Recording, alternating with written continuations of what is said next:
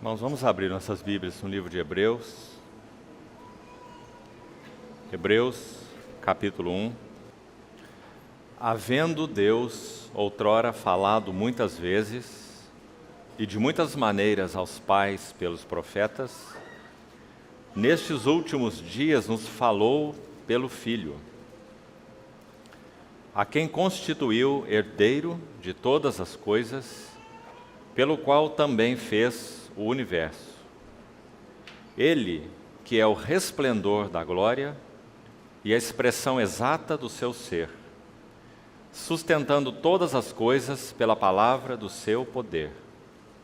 Depois de ter feito a purificação dos pecados, assentou-se à direita da majestade nas alturas, tendo se tornado tão superior aos anjos, quanto herdou mais excelente nome do que eles. Capítulo 2, verso 1. Por esta razão, importa que nos apeguemos com mais firmeza às verdades ouvidas, para que delas jamais nos desviemos. Capítulo 3, verso 1. Por isso, santos irmãos, que participais da vocação celestial, considerai atentamente o apóstolo e sumo sacerdote da nossa confissão, Jesus. Capítulo 13, verso 22.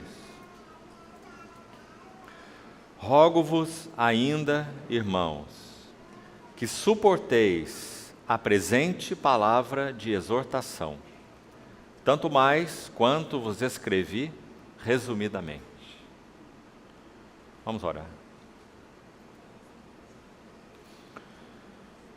Senhor, mais uma vez somos agradecidos por podermos congregar no Teu nome nessa noite. Carecemos tanto de que o Senhor mesmo tome a Tua palavra e fale ao nosso coração. Obrigado porque podemos, com toda confiança, depender do ministério do Teu Santo Espírito. E assim o fazemos. Concede-nos o espírito de sabedoria e de revelação, para compreendermos Tua palavra e sermos edificados com ela. Fala-nos ao coração, nós te pedimos, em nome do Senhor Jesus. Amém. Irmãos, vamos caminhar um pouco também, panoramicamente, nessa maravilhosa epístola, a epístola aos Hebreus. Como temos falado desde o início, cremos que esses 4 livros que têm sido até aqui citados, a epístola aos Romanos, a epístola aos Efésios, a epístola aos Colossenses e a epístola aos Hebreus, elas constituem-se 4 âncoras de revelação dentro do Novo Testamento. São livros densos, destinados a nos dar uma clareza grande a respeito do que Paulo chama de o eterno propósito de Deus em Cristo Jesus. O livro de Romanos, então, nos ajudando a ver a beleza, a profundidade, o conteúdo e a glória do Evangelho de Deus. A epístola aos Efésios nos ajudando a ver a beleza, a natureza, a vida e o serviço da igreja, como corpo de Cristo. A epístola aos Colossenses nos ajudando a ver as glórias da pessoa e obra do Senhor Jesus. E a epístola aos Hebreus, então, finalmente, nos ajudando a compreender a glória de nossa jornada cristã, ou nossa carreira cristã. O capítulo 13, verso 22 dessa epístola, que acabamos de ler, diz que todo esse livro é uma única palavra. O autor coloca no singular, dizendo: eu vos rogo que suporteis a presente palavra de exortação. Então, o que é o livro de Hebreus, segundo esse versículo? É uma palavra de exortação. Mas quando nós estudamos esse livro cuidadosamente, nós vamos ver que existem 5 passagens de exortação dentro desse livro. e já vamos citar para os irmãos onde elas estão, para ajudá-los no seu estudo pessoal. Cada exortação tem um tema específico. E desde a primeira exortação até a última, o que nós vemos é um progresso no que concerne ao desejo do Espírito Santo de nos trazer clareza sobre nossa jornada cristã. Então nós vamos desde um primeiro passo até um quinto passo. 5 degraus, 5 exortações. Agora, o que também há de interessante nesse livro é, se por um lado nós temos 5 degraus ascendentes, nós temos 5 degraus descendentes no que concerne aos perigos envolvidos em cada exortação com relação à nossa vida cristã. Então, antes de citarmos os locais onde elas estão, vamos citar os temas de cada uma das exortações e quais são os perigos envolvidos em cada uma delas. Antes ainda de falar isso, precisamos saber que a palavra exortação, ela tem 2 sentidos principais. Por um lado, a palavra exortação fala de se encorajar. Graças a Deus. Quando o Espírito Santo nos exorta, quando o Senhor nos exorta na sua palavra, primeira finalidade, Ele quer nos encorajar. Nós precisamos desesperadamente ser encorajados para avançarmos para o nosso supremo chamamento. Mas a exortação não cumpre apenas a função de nos encorajar. Ela tem uma função dupla. O outro aspecto da exortação é fazer advertência. Então, toda exortação é nos dada na palavra para que nós tenhamos suporte e sejamos encorajados para seguir avante com o Senhor. Por outro lado, a exortação vai nos advertir, porque nós precisamos ser corrigidos. Precisamos ser alinhados, como também comentamos pela manhã. Precisamos que a cruz trabalhe mais profundamente em nós, eliminando aquilo que não confere com Cristo e nos vestindo daquilo que é Cristo. Efésios capítulo 4, versículo 20, já foi citado aqui. Não foi assim que aprendestes Cristo. Nosso irmão já compartilhou algo sobre esse verso 20. Se você continuar lendo até o verso 24, sabe o que você encontra ali? A escola de Cristo. E naquela escola de Cristo, na medida que nós vamos aprendendo Cristo, 2 coisas vão acontecendo conosco, e não uma só. Pelo lado negativo, o texto vai dizer, de Efésios 4, 20 a 24, que nós vamos sendo despidos, uma roupa velha vai sendo tirada. Nós vamos sendo despidos do velho homem, que se corrompe segundo as concupiscências do engano. Verso 22 do capítulo 4. E o verso 23 de Efésios 4 vai dizer que nós vamos sendo renovados no espírito do nosso entendimento. E no versículo 24 vai dizer que nós vamos sendo revestidos do novo homem, que se refaz para o pleno conhecimento segundo a imagem daquele que o criou. Colossenses cita dessa maneira. E Efésios diz que esse novo homem é criado segundo Deus, em justiça e retidão procedentes da verdade. Então, como funciona a escola de Cristo? Na medida em que o Senhor encontra lugar, e aí tem um C muito grande na frente disso. Será que o Senhor tem encontrado real lugar em nossos corações? Será que a cruz tem trabalhado em nossas vidas? A cruz pela palavra, a cruz pelas circunstâncias. Temos dado lugar ao operar da cruz em nós profundo. Temos dado lugar à palavra de Deus para cortar em nossas vidas. Hebreus, capítulo 4, verso 12. A palavra de Deus é viva e eficaz. Ela é mais cortante do que qualquer espada de 2 gumes. E ela penetra até o ponto de dividir alma de espírito e juntas e medulas.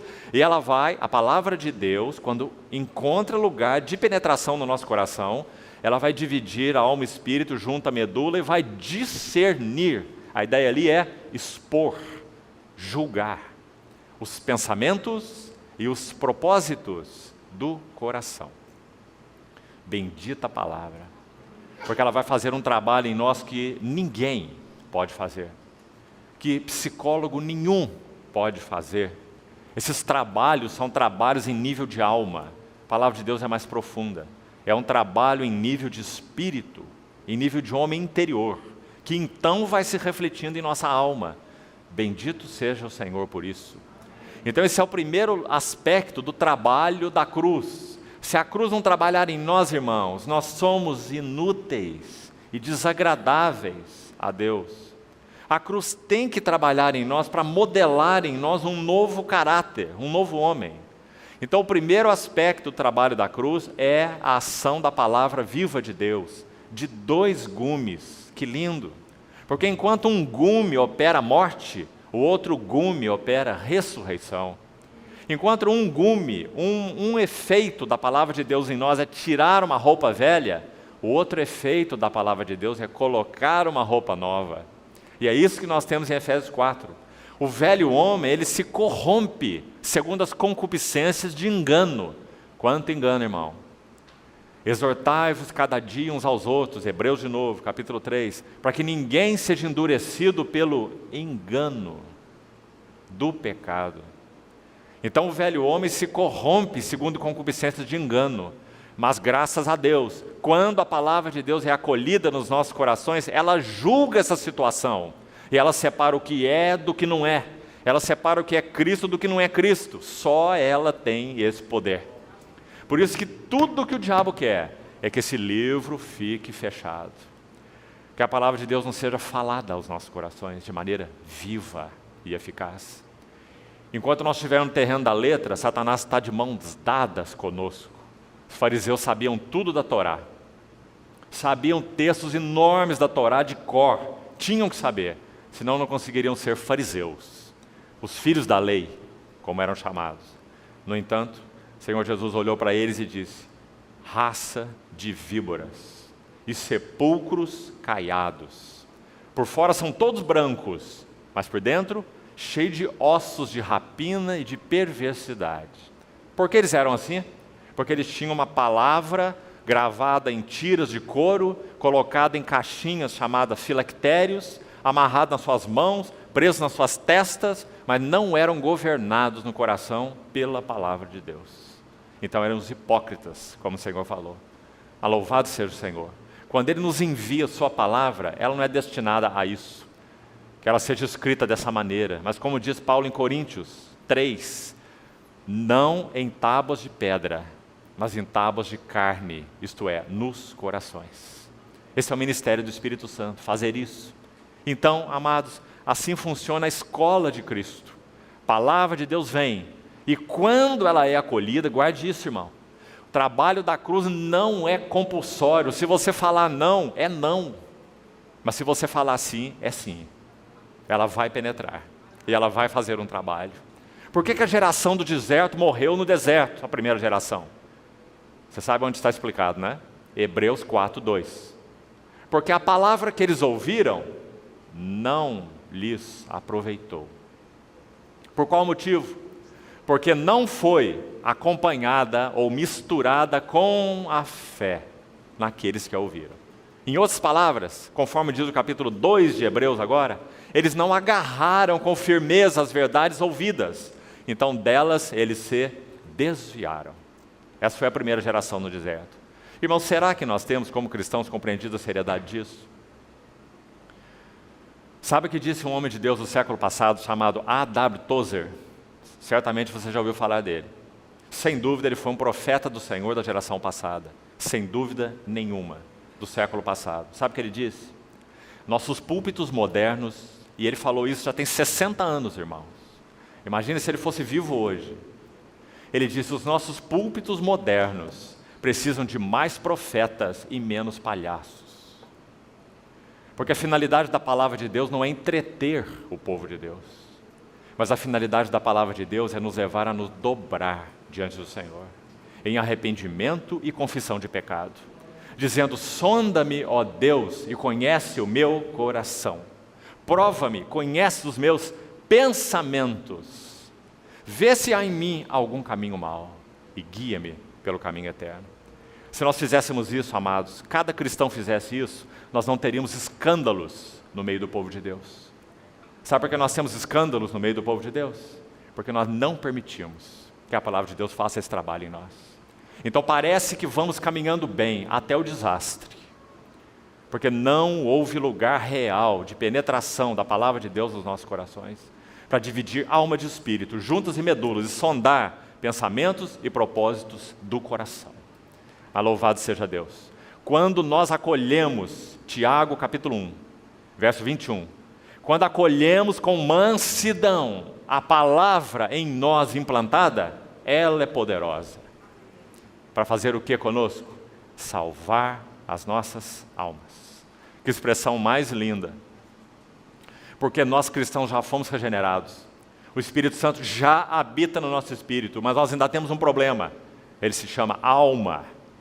Então a palavra de Deus tem que penetrar, uma espada aguda, dividindo, separando, julgando, expondo, discernindo, para que então nós possamos passar pela escola de Cristo, sendo despidos e sendo revestidos. Despidos do velho e revestidos do novo. Então o livro de Hebreus entra aqui como uma cunha maravilhosa, porque é o livro, por excelência, que vai nos mostrar como a carreira cristã se desenvolve. Não é interessante? Irmãos, Romanos é maravilhoso, Efésios maravilhoso, Colossenses maravilhoso, mas é Hebreus que tem essa singularidade. Por isso ele é uma das âncoras. Hebreus vai desdobrar a vida cristã. Hebreus vai falar sobre a jornada cristã, como começa, como segue, como avança, como termina. A glória da carreira cristã. Então, vamos citar quais são as 5 exortações, quais são os temas delas. Para os irmãos vejam como essa escada sobe. Por um lado, porque o aspecto positivo da exortação, como já falamos, é fazer o que conosco? Nos encorajar, nos dar suporte.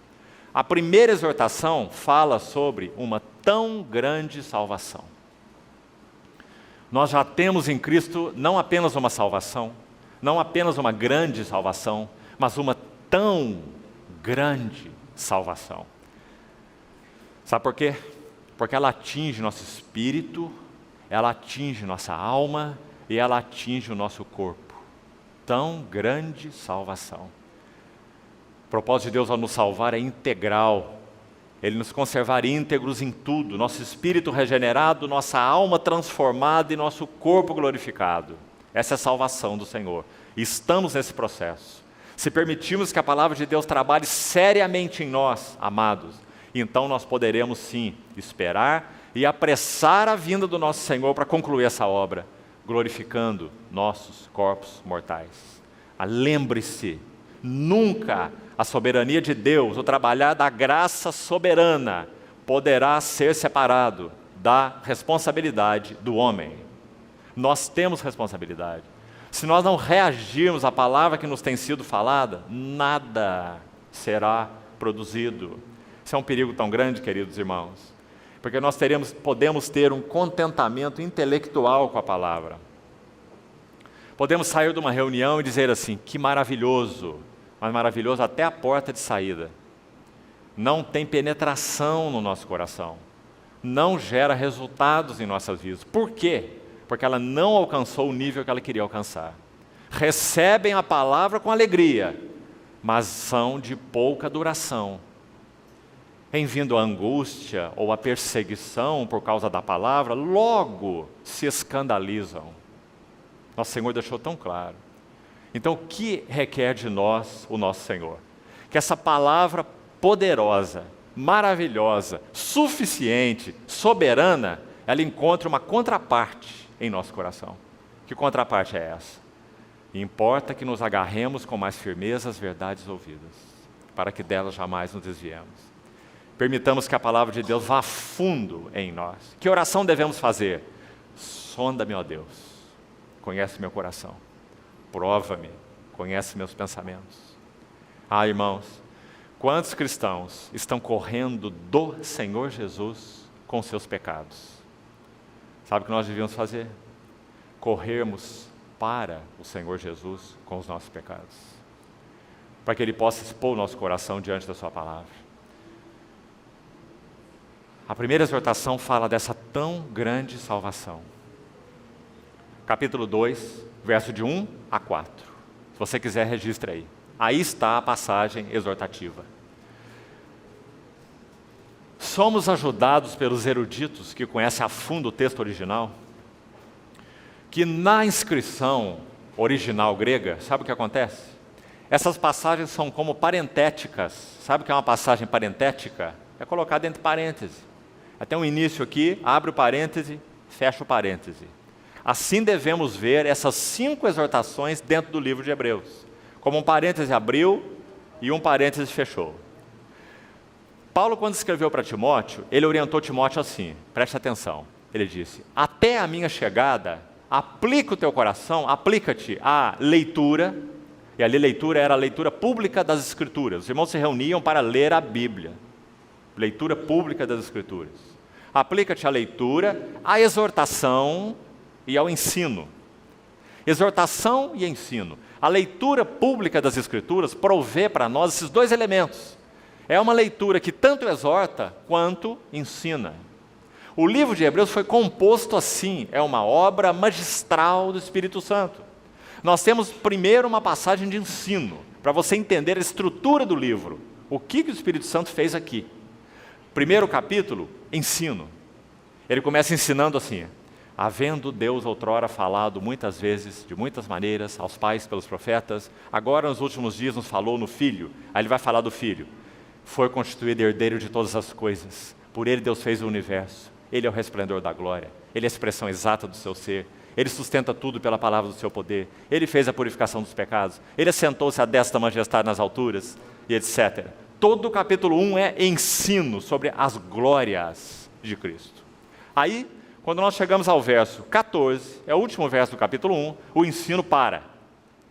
E aí abre o parêntese, para fazer o quê? Exortar. Que obra maravilhosa. Você vê por que Paulo falou para Timóteo? Timóteo, aplica teu coração na leitura pública das Escrituras, na exortação e no ensino. É isso que acontece nesse livro todo, em 13 capítulos. Primeiro, o Espírito Santo ensina. E baseado no que ele ensinou, ele exorta. Abre parênteses e fecha parênteses, exortando.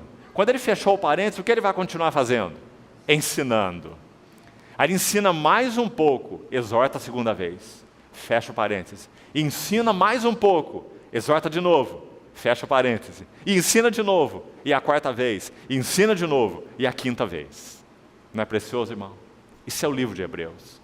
Então, para ajudar os irmãos na estrutura do livro, nós vamos mostrar onde estão as passagens exortativas. E aí é claro que, em meio a elas, você vai encontrar as passagens de ensino, obviamente. Então, se você tiver localizado onde estão as exortações, você vai saber onde estão os ensinos. Porque esse é um sanduíche que vai sendo feito assim o tempo todo. Ensino, exortação, e ensino, exortação, e ensino, exortação. Então, capítulo 2, de 1 a 4, a primeira exortação. Qual é o tema da primeira exortação? Tão grande salvação que nós temos em Cristo Jesus. Qual é o perigo envolvido nessa exortação? Ora, se nós temos uma tão grande salvação, o perigo para nós é negligenciarmos. Não é essa palavra que aparece aí no capítulo 2? Confira aí, por favor. Olha o verso 3. Como escaparemos nós se negligenciarmos uma tão grande salvação? Sabe onde está a única outra vez em que essa palavra negligenciarmos aparece em todo o Novo Testamento? Mateus 22, 5.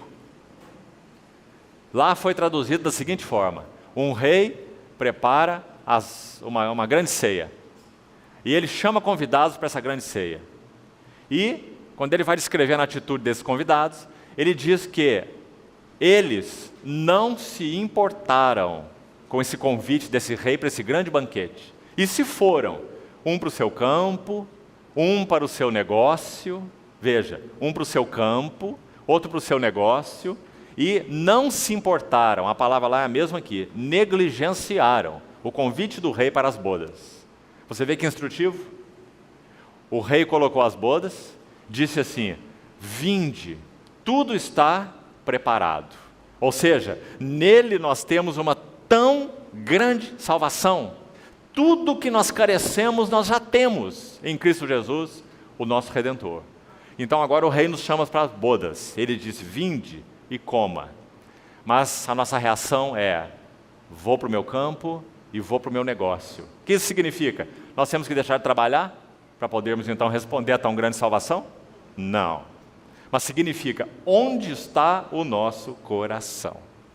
Nosso coração está no campo? Nosso coração está no negócio? Ou nosso coração está na nossa tão grande salvação? Em nosso tão grande Salvador. Porque onde está o teu tesouro, aí está o teu coração. Essa é a questão. Então o que significa negligenciar? Não se importar. Porque nós estamos ocupados demais. Sabe uma das coisas que nos ocupa muito, que se constitui um grande problema para nós? Atividade religiosa. Envolvimentos exacerbados com a chamada obra de Deus e menos com o Senhor da obra. Onde está teu tesouro, aí estará o teu coração.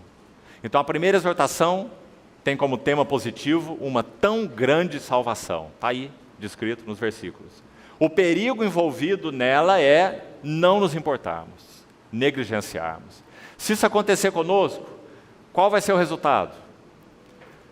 Importa que nos apeguemos com mais firmeza às verdades ouvidas, porque se não fazemos assim, fatalmente, nós nos desviaremos. E aí nós temos sentido essa palavra desviar, precioso, nos ajudando, como falamos, a entender, não perca de vista, nosso tema aqui, o tema de Hebreus, carreira cristã, jornada cristã, passo a passo, como ela se desenvolve, como ela começa, como ela termina e como ela se desenvolve. Então a primeira exortação fala que essa salvação é tão grande e que o perigo é nós não importarmos, porque nosso coração está no campo, nosso coração está no negócio, mas nosso coração não está no tão grande Salvador e na tão grande salvação. Então, resultado em nós, desviemos. Palavrinha final do versículo 1 do capítulo 2. Veja ela aí. Importante palavra, irmão. Por isso precisamos estudar as Escrituras com cuidado. Então tome a sua chave linguística e estude essa palavra na língua original. Conclusão que você vai chegar. Desviar, a palavra que o Espírito escolheu, nos ajuda de maneiras diversas. Primeiro, desviar significa uma coisa que escapa da mente. Algo que escapa da mente, ou seja, você ouviu, entendeu, mas esqueceu. Se nós temos um coração esquecediço, se nós não agarramos com firmeza verdades ouvidas, nós nos desviamos porque aquilo escapa de nós. Então nós não retemos o que o Senhor nos tem dado. Primeiro sentido da palavra. Segundo sentido da mesma palavra, desviar significa, aponta para um vaso furado. Você tem um balde, uma vasilha furada e você vai buscar água na mina. Então, você consegue até encher o balde, porque você tem muita água naquela mina. Mas você pega o balde, vai para casa, daí 30 metros, o balde está vazio, porque o vaso está furado.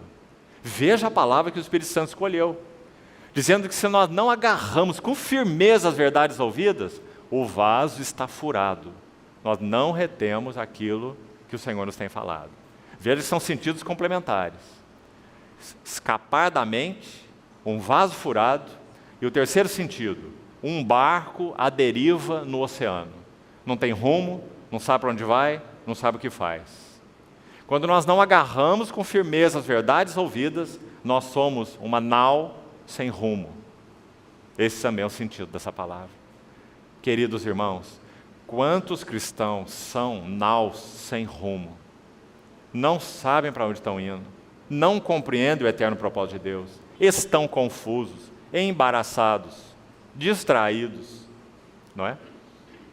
Qual o motivo? Importa que nos apeguemos com firmeza às verdades ouvidas, para que delas jamais nos desviemos. Então essa é a primeira exortação. Depois nós vamos para a segunda passagem exortativa. A localização dela, capítulo 3, versículo 7, aí ela começa, assim, pois, como diz o Espírito Santo, 3, 7. E vai até o capítulo 4, verso 13. Veja o tamanho dessa exortação, dessa passagem.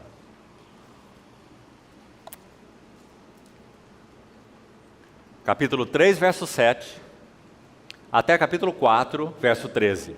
Sabe qual o tema dessa exortação? Está ali em cima no versículo 1.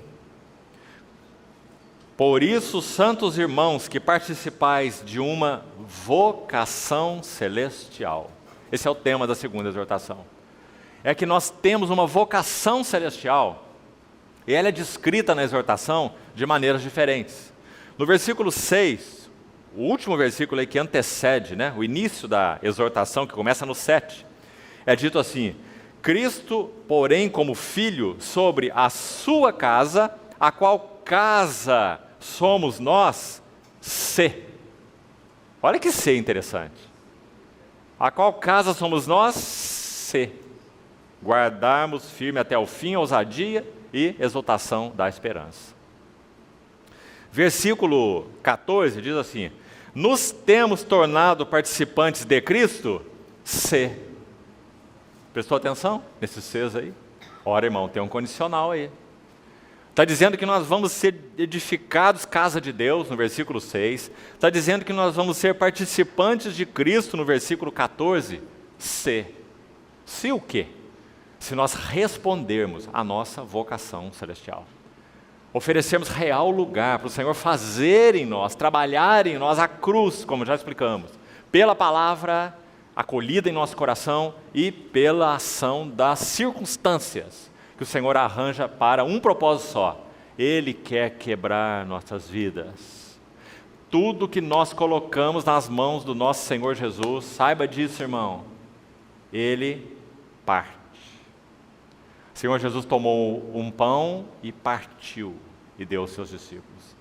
Se nós oramos colocando nossas mãos, nossas vidas nas mãos do nosso Senhor Jesus, esteja certo, Ele vai partir.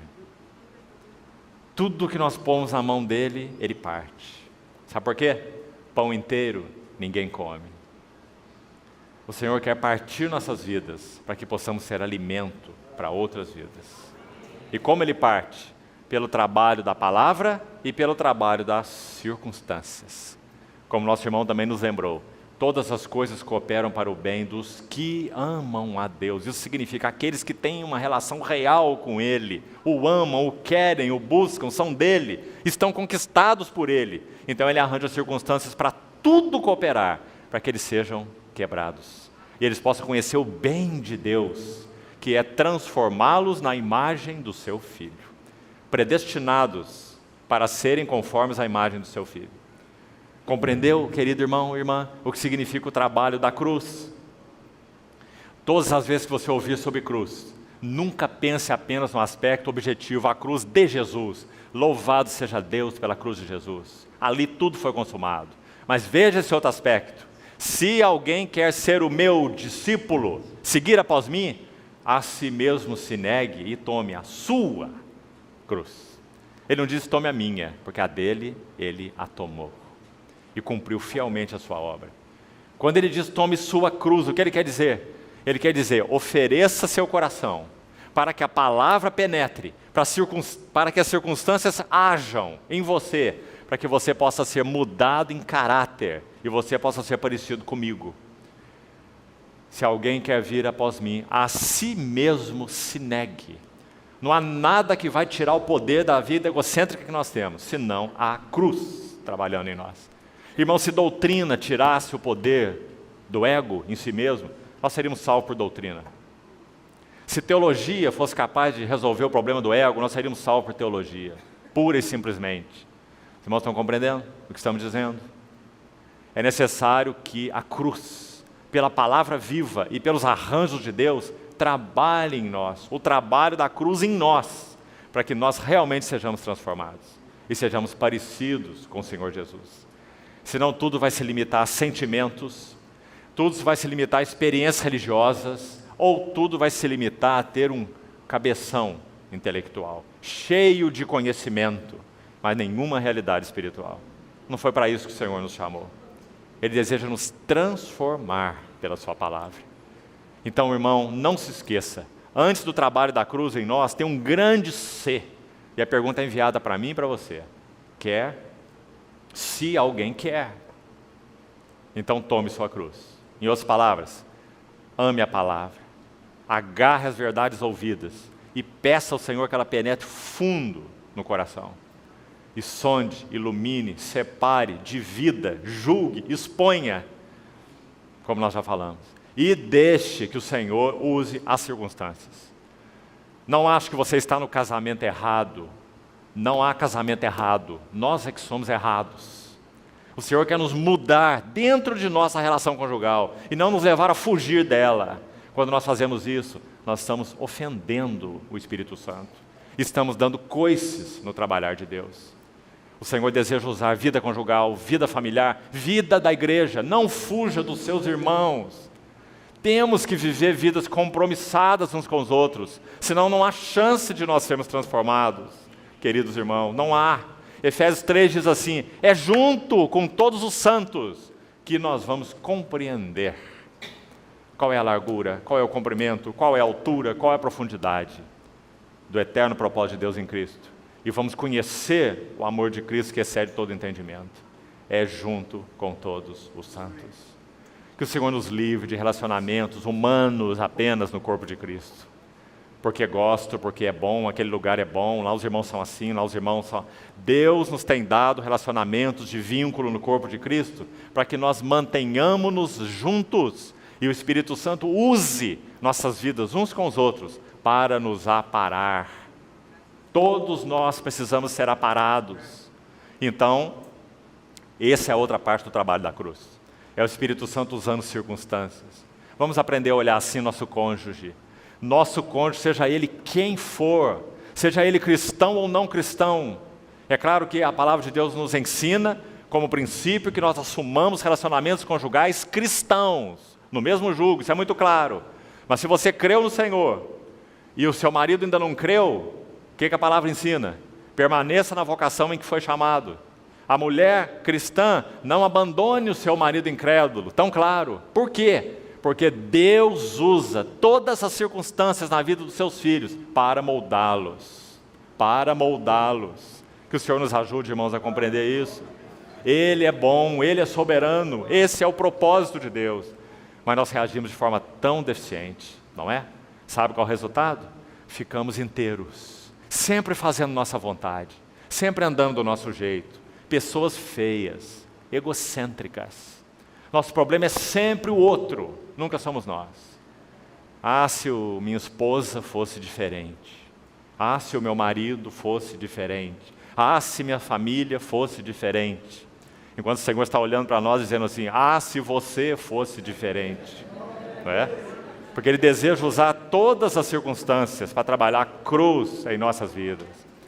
Quando o Senhor arranja as circunstâncias, nós devíamos ter uma oração que nós não temos frequentemente. É a oração de Samuel. Fala, Senhor, que o teu servo ouve. E não, oh Deus tem misericórdia, eu não suporto, mexe nisso, arruma aquilo, restaura isso e muda o outro. Vamos parar com essas orações. E vamos pedir, fala, Senhor, teu servo ouve. Para que inclusive nós possamos ser bênção na vida de outros. O Senhor possa nos usar na vida de outros. Então, irmãos, gastamos um pouco de tempo com isso, para que fique claro o que significa tomar a cruz. Porque tem tanta confusão na cabeça do povo de Deus. Sabe como que alguns vêm tomar a cruz? Nós estamos caminhando aí com o Senhor, na nossa vida cristã, e nós começamos a sofrer. Aí nós assumimos aquela cara de sofredor, né? E falamos assim para o nosso irmão, ô irmão, eu tenho tomado a cruz, esperado no Senhor, o sofrimento. Sabe, irmãos, o que acontece com a maioria dos cristãos? Preste atenção. Quanto mais sofre, pior fica. Sabe por quê? Porque sofrimento não é cruz. Guarde isso, por favor. Cruz é a nossa reação diante do sofrimento. Em outras palavras, o sofrimento que o Senhor ordena em nossas vidas, Ele arranja. Ninguém precisa acordar de manhã e orar pedindo sofrimento. Eles vêm a nós a galope, de cavalo, não é? Mas o Senhor usa os sofrimentos para fazer o que conosco? Para Jó 36, pela aflição lhes abre os ouvidos. Viu? Sofrimento é o grande cotonete de Deus. Para desentupir o nosso ouvido surdo. Por isso Ele usa o sofrimento. Agora, o sofrimento em si mesmo não vai nos aperfeiçoar. Isso não é doutrina evangélica, isso é doutrina de um outro sistema aí, que diz que o sofrimento tem ação purgatória, né? Quanto mais você sofre, melhor você fica. Não, não, não. Não necessariamente. É a nossa reação ao sofrimento que vai determinar se ele significa a cruz trabalhando em nós ou não. Se nós nos dobramos, nos curvamos e beijamos a mão que trata conosco e oramos, fala Senhor, teu servo ouve, e então o sofrimento vai significar sim, cruz em nossa vida. Porque o Senhor vai usar essa situação e vai nos transformar. E vai separar alma de espírito, juntas e medulas, e vai expor os pensamentos e os propósitos do coração, através do sofrimento. Graças a Deus. E a mesma coisa com relação à palavra. A ação da palavra também não é compulsória, obrigatória. Por trás da cruz sempre tem um se. Se alguém quer vir após mim. Importantíssimo.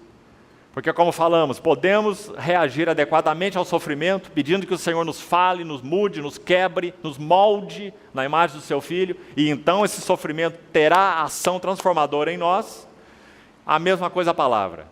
Quando nós ouvimos a palavra do Senhor, e o Senhor fala ao nosso coração 24 horas por dia, Ele usa tudo para nos falar. Ele nos fala pelo seu Espírito, nos fala pela unção interior, nos fala por um irmão, nos fala pela Bíblia, nos fala por um livro, nos fala por uma meditação, nos fala por uma palavra que memorizamos e guardamos no nosso coração. Deus fala, fala, fala e fala, em todo o tempo. Nós é que não temos ouvido. Então, quando Ele fala e nós agarramos a verdade ouvida, então essa palavra será cruz em nossas vidas, porque ela terá condições de trabalhar no nosso homem interior, porque nós agarramos as verdades ouvidas. Então ela será realmente uma espada afiada de 2 gumes. Mas a geração do deserto ouviu a palavra e a palavra não aproveitou. Que isso fique gravado nos nossos corações. Nenhum de nós vai ousar dizer que havia problema com a palavra, porque a palavra foi falada por Deus, aquela geração do deserto. Geração que Ele amou, geração que Ele resgatou, geração que Ele tirou do Egito. O que Ele queria não era que eles morressem no deserto, não. Era que eles herdassem Canaã. Mas eles não puderam. Porque a palavra que eles ouviram não lhes aproveitou. Porque não foi misturada com fé. Eles não agarraram. Eles não disseram, fala Senhor. Murmuraram 10 vezes. Levantaram o bezerro de ouro. Queriam voltar para o Egito. Não perderam o apetite das coisas que eles tinham lá. Esse foi o seu problema. Não ofereceram lugar a que o Senhor trabalhasse neles. Através da palavra. E nem através das circunstâncias. Ou seja, uma geração que viveu 40 anos inteira, ela não foi quebrada. Por isso ela não pôde herdar. Muito importante. Tema então da segunda exortação, vocação celestial. Então, se nós temos uma vocação celestial, qual é o perigo envolvido? O perigo está no versículo 12. Por favor, olhe para o versículo 12 do capítulo 3. Olhe como o Espírito Santo exorta de maneira cuidadosa. Tende cuidado.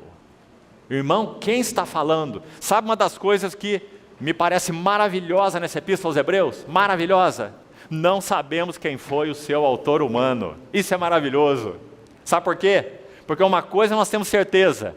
O seu autor é o Espírito Santo. Porque toda a palavra é inspirada por Deus. Então, quando os encorajamentos aqui e as exortações aparecem na primeira pessoa do plural, o nós, diz assim, corramos, primeira pessoa do plural, certo?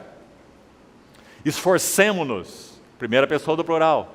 Temamos, nós, primeira pessoa do plural. Nós não sabemos quem é o autor humano, mas o que nós sabemos? Que é o Espírito Santo. Então, quando nós ouvimos, temamos que sendo nos deixada a promessa de entrar no descanso de Deus, suceda parecer que alguém tenha falhado. Quem está falando temamos? Que precioso, irmão. É o Espírito Santo e nós. Compreendeu? É o Espírito Santo e nós, porque Ele não veio morar em nós. Ele não é um visitante, Ele é um residente. Então é Ele que está falando dentro de nós assim, temamos, porque Ele também teme. O Espírito Santo teme que nós não respondamos a tudo que nós temos em Cristo. É o Espírito Santo que fala, corramos, porque Ele foi colocado dentro de nós para nós corrermos. E não para ficarmos parados. Então Ele fala, corramos. Que lindo percebermos isso. Graças a Deus não sabemos quem foi o autor humano dessa epístola. Porque a voz do Espírito Santo soa de uma maneira tão especial nesse livro. Né? E aqui então é Ele que está dizendo, tende cuidado, irmãos. Jamais aconteça haver em qualquer de vós, é para nós, os cristãos, não é para o mundo a exortação, um perverso coração. Será que isso é possível em cristãos? Perverso coração? Claro que é. Se não fosse o Espírito Santo, não precisava exortar ninguém. Um perverso coração de incredulidade, que vos afaste do Deus vivo. Ah, irmão, que exortação. O tema da segunda exortação, então, é: temos uma vocação celestial. Mas qual o perigo ligado a ela? Um perverso coração de incredulidade. O que o perverso coração de incredulidade faz? Já falamos. Está aí dentro da exortação mesmo, no capítulo 4, versículo 2. Faz com que nós não misturemos a palavra com fé. Então ela não nos aproveita. Olha lá o resultado da incredulidade, nos versos 18 e 19 do capítulo 3. Contra quem Deus jurou que não entrariam no seu descanso, senão contra os que foram desobedientes. Vemos, pois, que não puderam entrar por causa da incredulidade. Você viu o que aconteceu, esses dois versículos? O Espírito Santo está colocando duas palavras que são intercambiáveis, porque elas são a mesma coisa. Desobediência é incredulidade.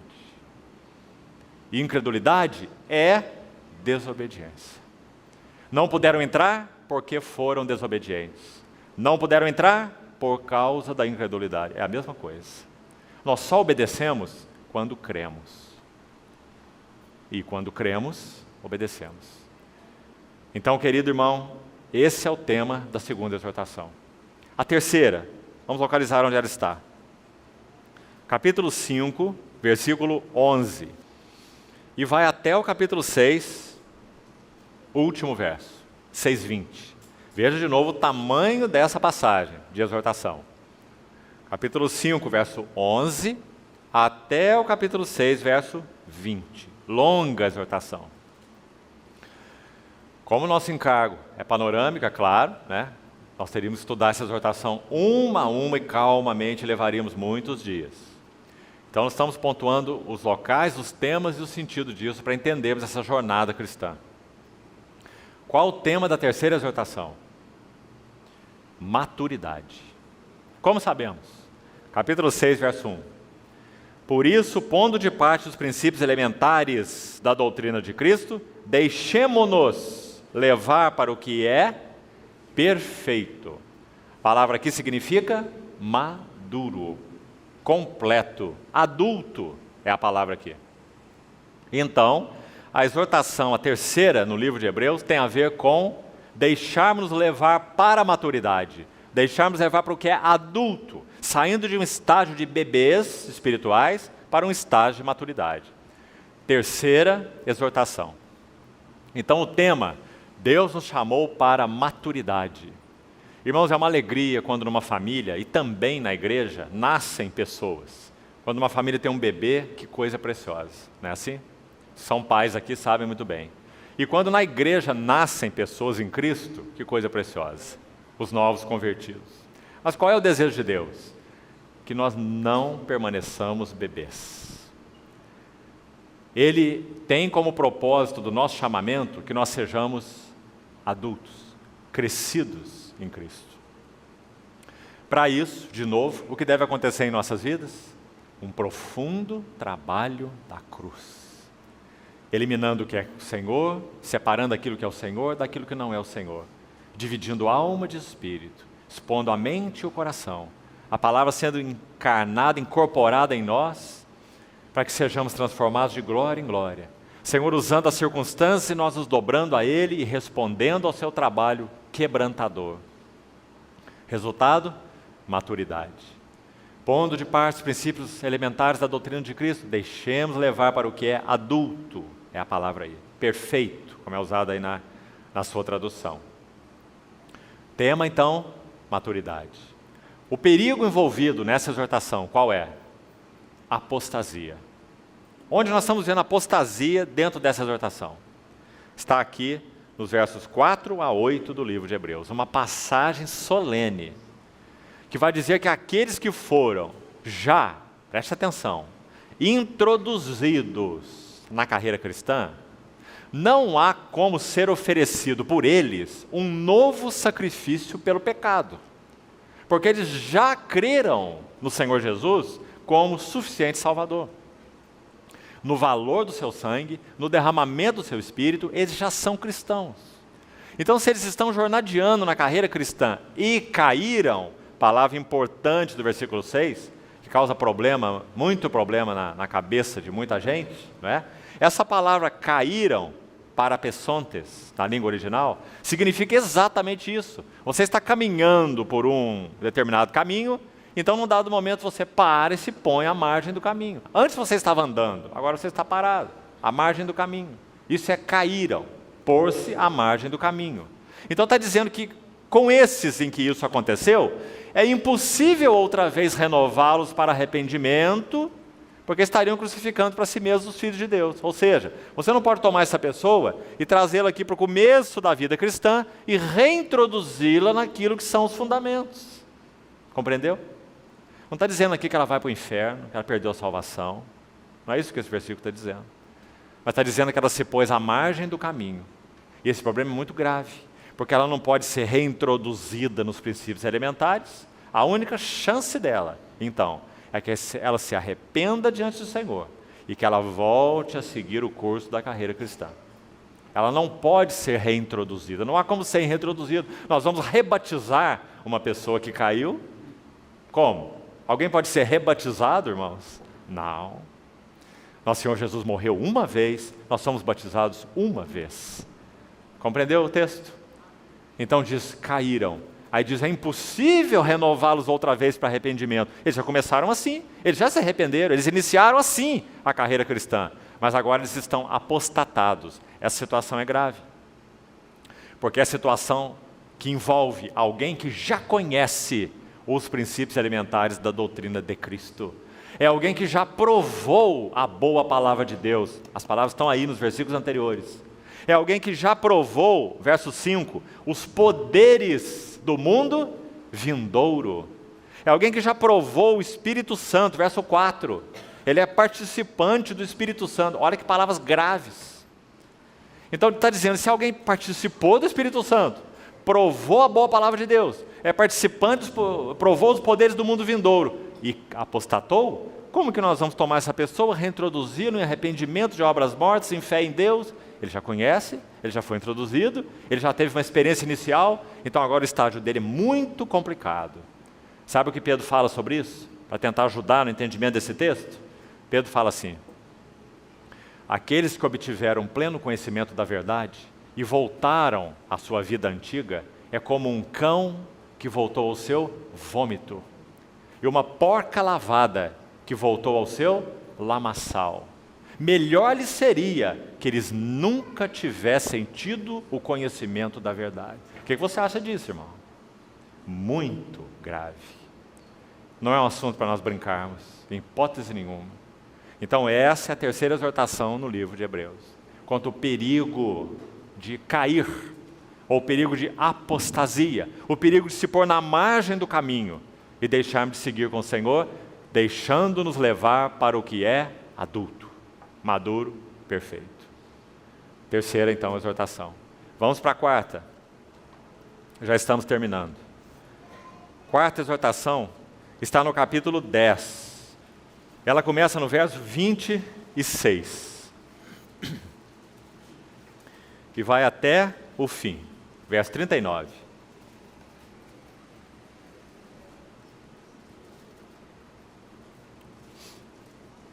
O tema dessa exortação, claro, para entender, definir o tema, você precisa do contexto, né? Você não pode ser arbitrário nisso. Você tem que estudar e ver onde a exortação está, qual o contexto dela, para você entender o tema. O tema está lá no verso 19. É que nós temos ousadia e intrepidez para entrar no Santo dos Santos, pelo sangue de Jesus.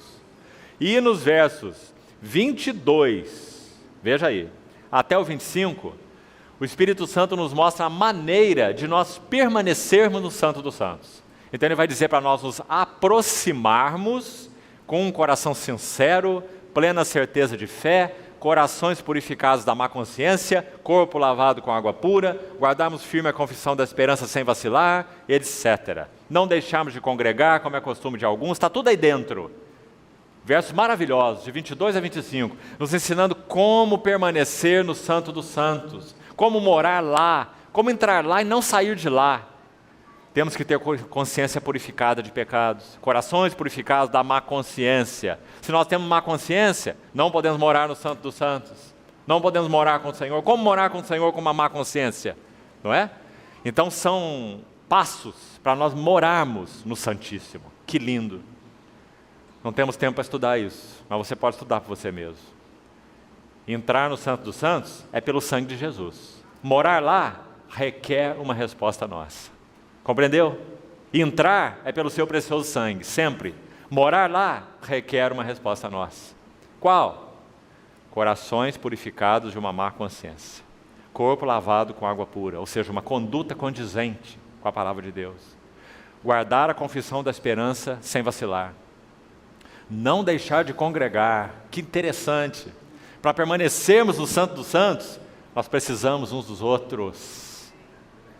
Não deixemos de congregar, como é costume de alguns. Antes façamos advertências, admoestações, tanto mais quanto vedes que o dia se aproxima. O dia do Senhor está se aproximando. O que está acontecendo com a igreja? Cada vez menos exortação e cada vez mais complacência e autoindulgência. Devia ser o contrário. O dia já declina, a aurora já está às portas. Exortai-vos, admoestai-vos, tanto mais quanto vedes que o dia se aproxima. Todos esses são elementos para nós permanecermos no Santo dos Santos. Então, de novo, o tema da quarta exortação, vida no Santíssimo. Graças a Deus. Davi disse assim, uma coisa eu peço ao Senhor, como já falamos, ele quis tanto isso, irmão, mas ele não pôde experimentar com a plenitude que nós experimentamos, porque o Espírito Santo não tinha ainda vindo como Espírito de habitação. O Cordeiro não havia morrido ainda e aberto o caminho pelo seu sangue. Davi viveu antes disso. Então ele disse, uma coisa eu peço ao Senhor e a buscarei, que eu possa morar na casa do Senhor todos os dias da minha vida. Aqui no livro de Hebreus está essa morada na casa do Senhor. Aqui no capítulo 10, a partir do verso 19. Como entramos pelo sangue de Jesus e como moramos, como permanecemos. Então o tema, uma vida dentro do Santíssimo. Graças a Deus, esse é nosso chamamento. Perigo envolvido, pecado voluntário. Onde está? No verso 26. Porque aqui começa a exortação, lembre-se. 10, 26 até o 39. Porque se vivermos, como? O que é deliberadamente, irmãos? Voluntariamente. Se vivermos deliberadamente em pecado, depois de termos recebido o pleno conhecimento da verdade, já não resta sacrifício pelos nossos pecados, etc, etc. Tudo que é dito aí. Então, qual é o inimigo da vida no Santíssimo, por excelência? Uma vida em pecado. Em pecado habitual. Compreende o que é pecado habitual? Amando pecados. Caímos sempre nos mesmos pecados, porque amamos o pecado de alguma maneira. Então vivemos em pecado deliberado, em pecado habitual. Isso nos impede. É certo que nós temos provisão do sangue do Senhor quando pecamos. Mas uma coisa é quando você peca aqui, e o Senhor te fala sobre algo aí no seu coração ali, uma motivação impura que você teve, um pensamento inadequado, isso é uma situação. Outra situação é viver deliberadamente em pecado. Compreendeu a diferença? É o pecado habitual. Se nós vivemos em pecado habitual, vamos esquecer morar no Santíssimo. As duas coisas não suportam convivência. Salmo 15, quem habitará no seu santo monte? o que é puro de mãos e limpo de coração. Bem-aventurados os limpos de coração, eles verão a Deus. Que não entrega sua alma à falsidade, não jura dolosamente, etc, etc. Quem habitará no seu santo templo? Então, a quarta exortação é uma exortação maravilhosa, dizendo que o caminho já foi aberto e a morada já está escancarada para nós. Permanecermos lá. O perigo que assedia a vida no Santíssimo é o pecado habitual, pecado voluntário. E aí, a última exortação, para terminarmos, está lá no capítulo 12, versos 14 a 29. Começa aqui. Segui a paz com todos e a santificação, sem a qual ninguém verá o Senhor. Atentando diligentemente porque ninguém seja faltoso, separando-se da graça de Deus, e nem haja alguma raiz de amargura que brotando vos perturbe, por meio dela muitos sejam contaminados, e nem haja algum impuro ou profano, como foi Esaú, o qual por um repasto vendeu o seu direito de primogenitura. Se você ler o contexto todo do capítulo 12, vai ficar claro que o tema dessa quinta exortação é: nós temos uma herança celestial. Herança é o tema dessa exortação. Nós temos nos achegado não ao monte Sinai, ao clangor da trombeta, às vozes e relâmpagos, como está escrito aí a partir do verso 18 do capítulo 12. Mas é dito lá no verso 22, nós temos nos chegado ao monte Sião, a cidade do Deus vivo, a incontáveis hostes de anjos, a Jerusalém celestial. Aí no verso 28 ele diz: por isso, recebendo nós o quê? Um reino inabalável. Essa é a nossa herança, um reino inabalável. Irmão, existe aqui uma promessa muito clara, e mais clara ainda em tantos outros textos das Escrituras. Paulo, por exemplo, escreveu para Timóteo assim: se perseverarmos, com ele reinaremos. Escreve em Romanos capítulo 8 assim: se sofrermos, para que também com ele sejamos glorificados. Você vê esse se perseverarmos, também com ele reinaremos. Que ser mais interessante. Preste atenção, não está escrito, se perseverarmos, então nós vamos para o céu. Se não perseverarmos, vamos para o inferno. Na verdade, o que está envolvido não é bem isso. Se nós, como cristãos verdadeiramente regenerados, se nós estamos vivendo uma vida de perseverança na carreira cristã, então o que está reservado para nós é uma herança, que a Bíblia chama de reino. Reino. Quando que esse reino vai se manifestar? Quando o Senhor Jesus voltar. Ele vai estabelecer o seu reino. Quem são os que reinarão com ele? Bom, segundo a Bíblia, é os que com ele perseverarem. Serão os que com ele reinarão. Então o capítulo 12 diz que nós recebemos um reino inabalável. Sim, é nosso em Cristo, mas nós temos algo para fazer. Veja o que é no versículo 28. É reter a graça pela qual sirvamos a Deus de modo agradável, ou de modo a agradá-lo, com reverência e com santo temor, porque o nosso Deus é um fogo consumidor. Então o tema da última exortação: temos uma herança. Pedro, na sua epístola, fala assim: nós somos guardados pelo poder de Deus para a salvação preparada para revelar-se no último tempo. Lembra-se? E aí ele vai dizer que essa salvação preparada para revelar-se no último tempo é uma coroa imarcessível. Assim ele descreve na sua epístola. Reino. As palavras de Pedro de falar sobre o reino, na primeira epístola. Na segunda, ele faz a mesma coisa. Ele diz assim, que nós que já somos cristãos, devemos reunir, escute bem, irmão, devemos juntar, não cruzar os braços e ficar parado. Jesus vai voltar, e quando ele vai voltar, eu vou entrar no reino.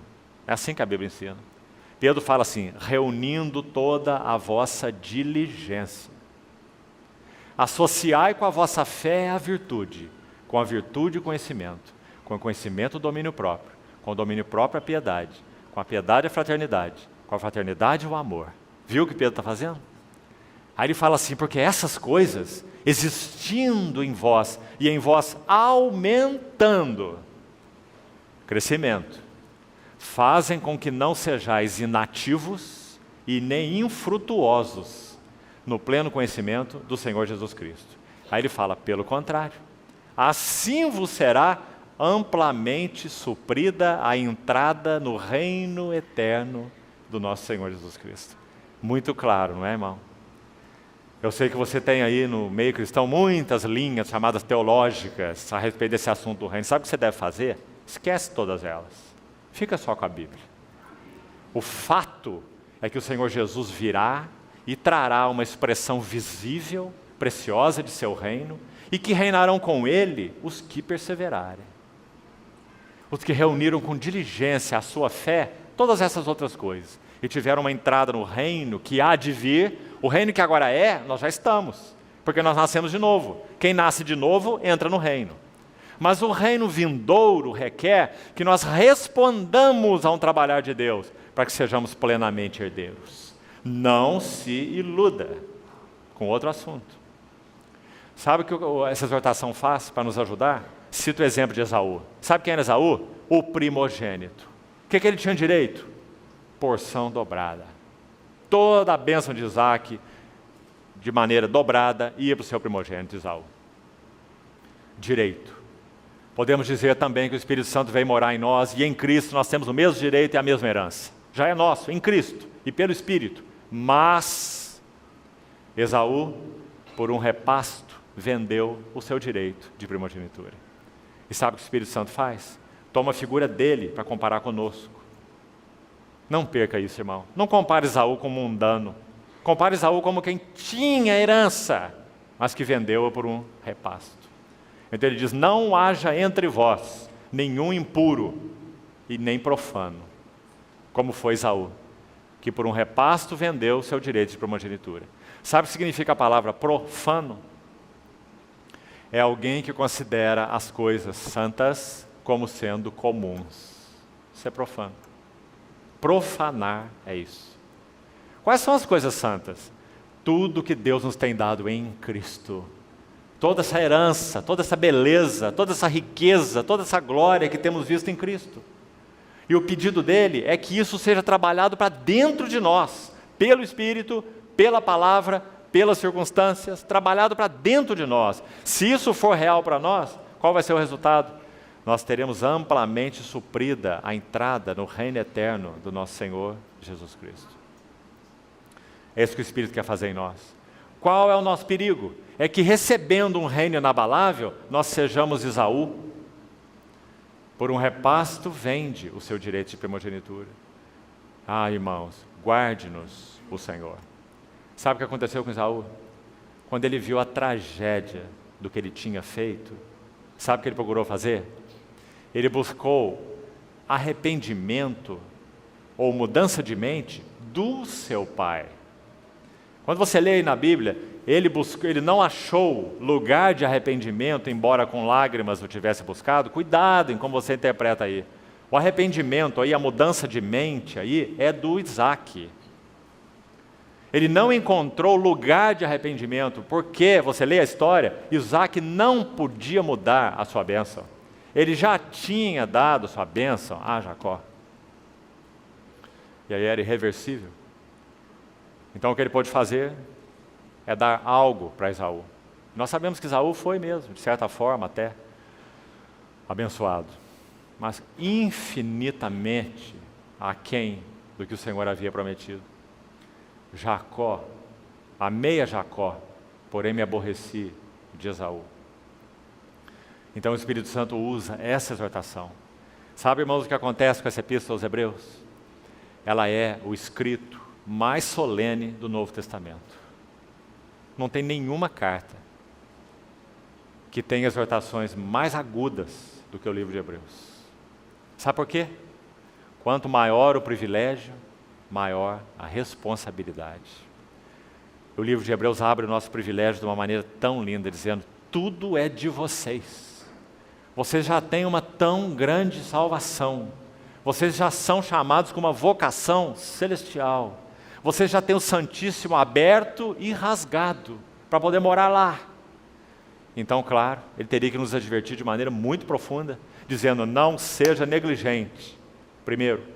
E depois dizendo, não seja incrédulo. Um perverso coração de incredulidade. Misture a palavra de Deus com fé. E depois dizendo, não apostate, não caia, não desvie, não pare à margem do caminho.